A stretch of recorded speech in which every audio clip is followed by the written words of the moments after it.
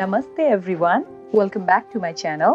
यदि तपाईहरु मेरो च्यानलमा नयाँ हुनुहुन्छ भने my name is SRYZNA र तपाईहरुलाई मेरो च्यानलमा फेरि पनि स्वागत छ।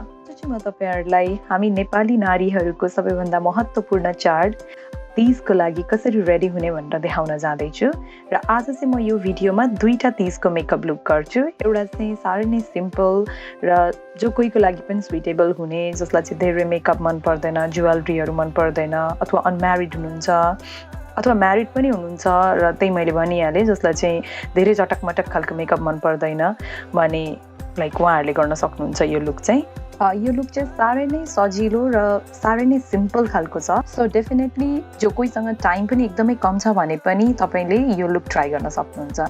र मैले आफ्नो दोस्रो मेकअप लुक चाहिँ complete Nepali traditional makeup look specially married दिदीबहिनीहरुलाई फोकस गरेर गरेको छु।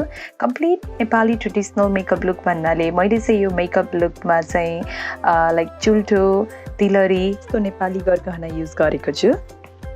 आज मैले भिडियोमा गरेको यो दुईटै मेकअप लुक्स तपाईले जुनै पनि ओकेजनमा गर्दा पनि हुन्छ, नट ओन्ली तीज।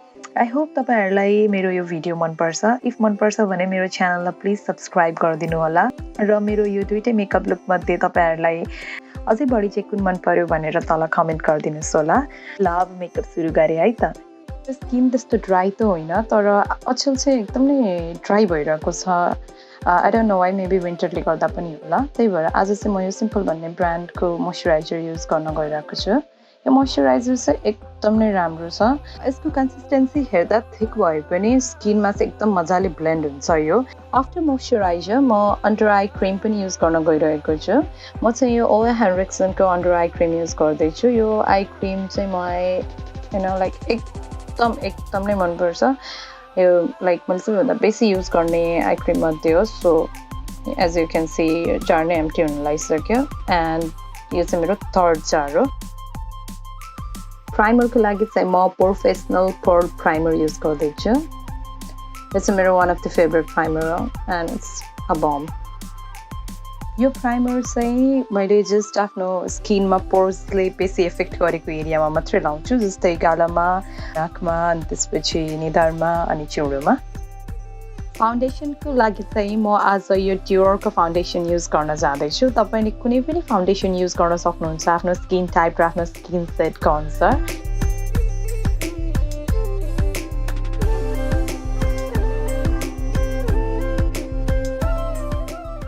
फाउन्डेसनलाई ड्याम्प ब्युटी स्पन्जले राम्ररी ब्लेन्ड गरिसकेपछि म कन्सिलर युज गर्न जाँदैछु र आज चाहिँ कन्सिलरको लागि म एलेगल प्रो कन्सिलर युज गर्न गइरहेको छु।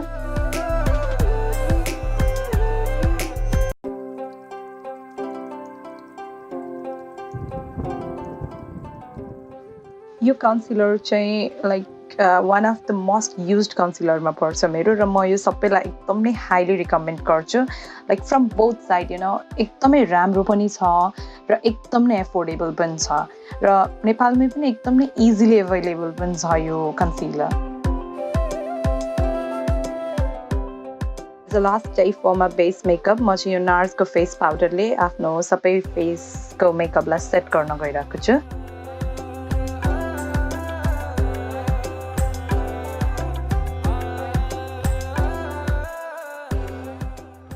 जस्ट 5-6वटा सिम्पल स्टेपमा मेरो बेस मेकअप कम्प्लिट भयो। आई स्याडोको लागि चाहिँ म द फेस्टिभल बाई जुभियाज भन्ने प्यालेट युज गर्न जाँदैछु र यसमा भएको यो सबैभन्दा ब्राइट कलर चाहिँ म आफ्नो ट्रान्जिसन कलर बनाएर युज गर्छु र त्यसपछि यसमा भएको अलिक रेडिश मरुन टाइपको कलरलाई चाहिँ म आफ्नो मेन बेस कलर बनाएर युज गर्छु।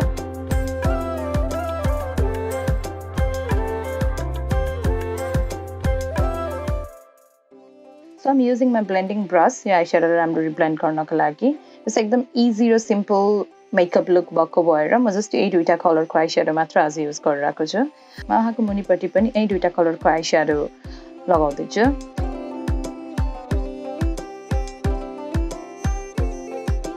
र त्यसपछि न्यूड कलरको आई पेन्सिल र मस्कारा लगाएर यो आई लुकलाई चाहिँ म कम्प्लिट गर्न गइरहेको छु।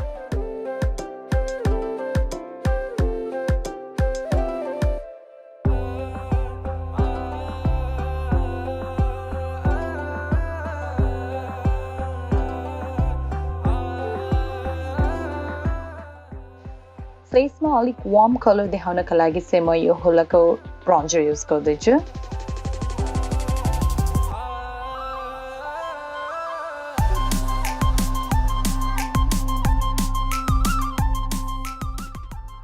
फेसमा त्यो एउटा पिची ग्लोई ब्लशी लुक दिनका लागि चाहिँ म यो टू फेस्डको ब्लसर युज गर्दैछु।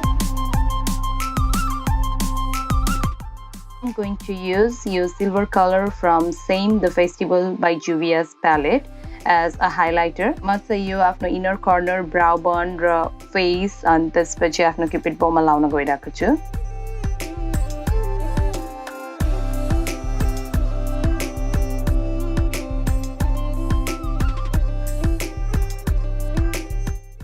So as a last and final step यो मेकअप को म चाहिँ NYX को रेडिश मरून कलर को लिपस्टिक लाउन गइरहेको छु र एउटा ब्ल्याक आइलाइनर को हेल्पले एउटा सानो कालो बिन्दी पनि आफ्नो निधारमा बनाउँछु। So this is how my final makeup looks like.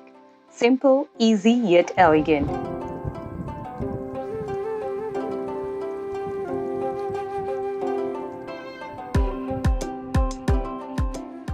Now I'm going to show you how I did the traditional look, which is my second look.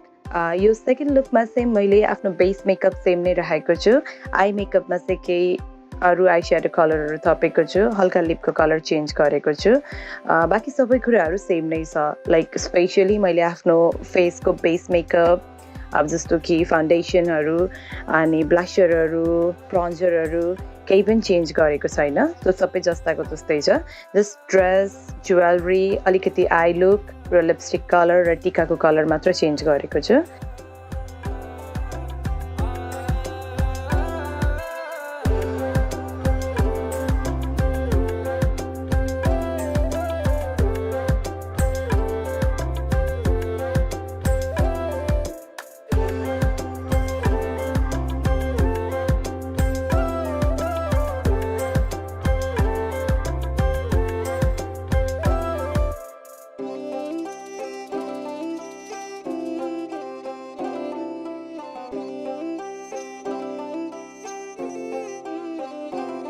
यसरी नै साडी, टिका, चुरा, सिन्दुर र पोतेको साथमा मेरो यो सेकेन्ड लुक पनि कम्प्लिट भयो।